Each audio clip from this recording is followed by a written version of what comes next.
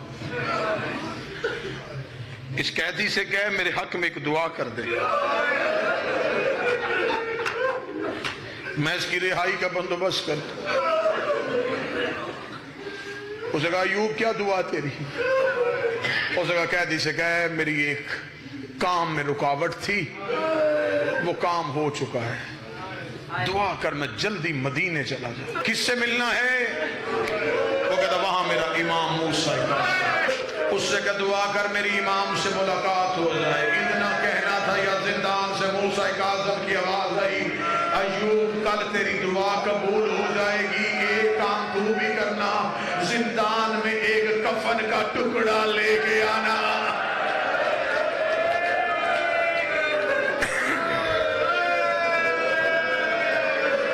کل کسی لاوارث قیدی کو کفن کی ضرورت، 24 اور 25 رجب کی درمیانی شب تھی، مولا کے زندان کا دروغہ کہتا ہے آدھی رات کے وقت مجھے موسیٰ کاظم کی آواز آئی، دیکھ ہم مخلوق پہ ظلم نہیں کرتے، ہم کسی کا حق غصب نہیں کرتے، میں تجھ سے یہ نہیں کہوں گا دروازہ کھول اور مجھے آزاد کر، میں تیری عزت کا وارث ہوں، میں تھوڑی دیر بیٹیوں سے ملنے جاؤں۔ دروغہ کہتا میری دیکھتے دیکھتے امام میری نظروں سے اوچھل ہو گیا۔ اب جو ماتم کرنے کے لیے آئے ادھر مدینے میں حالات کیا ہیں؟ 17 کی 17 بیٹیاں ریت پہ سوئی ہوئی تھی، نماز شب کے لیے اٹھی ہے رضا کی ماں،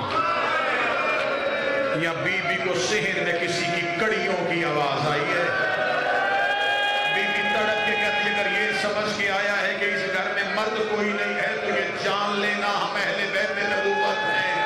آواز آئی رضا کی ماں پہچان میں اسیر بغداد ہوں، بغداد کے قیدی کا نام آنا تھا، مجھے نہیں پتا کون بندہ ماتم کرے گا، کوئی سید بیٹھا مجھے معاف کر دینا۔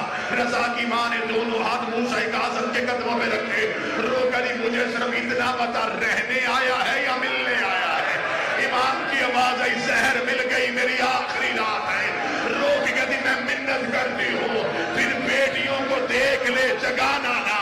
امام کی آواز آئی ملنے کیوں نہیں دیتی؟ رو کہتی کتنے سال ہو گئے تجھے قید میں؟ فرمایا 14۔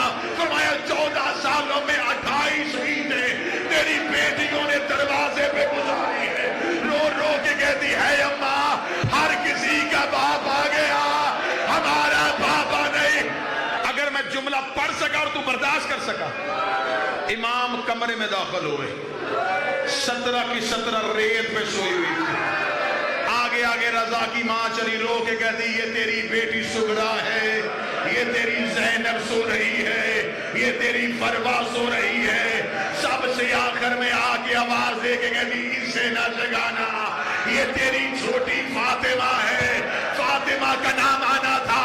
موسیٰ کاظم ریت پہ بیٹھے، قوم کی بی بی تڑپ کے اٹھی، رو کہتی اور کسی سے مل نہ مل، مجھے مل کے جا، میں نے قوم کی پہاڑیوں پہ رول رول کے مر جانا، او میرا بغداد کا قیدی، او میرا 14 سال کا استار امامت امام رضا کے حوالے کیا۔ امام واپس زندان میں پہنچے، امام کا واپس زندان میں آنا تھا، کمینے نے سپاہی سے کہا زہر دیے ہوئے دن زیادہ ہو گئے، دیکھ موسیٰ کاظم کس حالت میں ہے۔ کمینے نے زندان میں اتر کے کہا وہ تو ابھی تک رکوع میں ہے، میں غلط پڑھوں بی بی مجھے جملہ معاف نہ کرے، سید و آخری جملہ پڑھنے لگا ہو، مجھے جملہ معاف کر دینا۔ اس ملعون نے کہا اگر آج رات شیعوں کا امام شہید نہ ہوا میں صبح کو تمہیں کوئی انعام نہیں دوں گا۔ اس بے غیرت کو انعام کا لالچ تھا، نام اس کا سندی ملعون تھا، یہ لوہے کا تازیانہ لے کے زندان میں چلا گیا۔ اس نے امام پہ تازیانوں کی بارش شروع کی، باہر سے دوسرے کی آواز آئی چھوڑ دے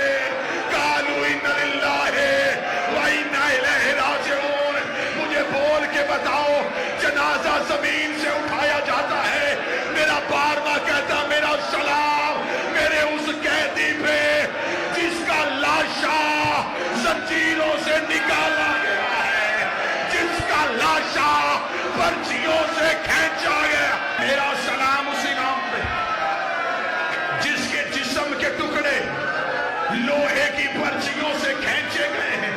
مجھے بتاؤ جنازہ کس میں رکھا جاتا ہے؟ چارپائی پہ، پلنگ پہ، تختے پہ؟ ان ملونوں نے ایک چادر بچھائی، اس چادر میں موسیٰ کاظم کا جنازہ رکھا۔ یہ جنازہ لے کے بازار میں آئے، ایوب ہاتھ میں کفن لے کے کھڑا تھا، رو کے کہہ رہا تھا یہاں کوئی قیدی رہتا ہے، اس نے مجھ سے کفن منگوایا تھا۔ یہ کمینے چلتے چلتے پلے بغداد پہ گئے، مجھے بی بی کی قسم ہے انہوں نے پل پہ جنازہ رکھا نہیں، انہوں نے جنازہ پھینکا۔ جنازے کا پھینکنا تھا۔ ایک کالے برقعے والی بی بی رو رو کے کہہ رہی تھی کوئی میرا بیٹا دفناؤ،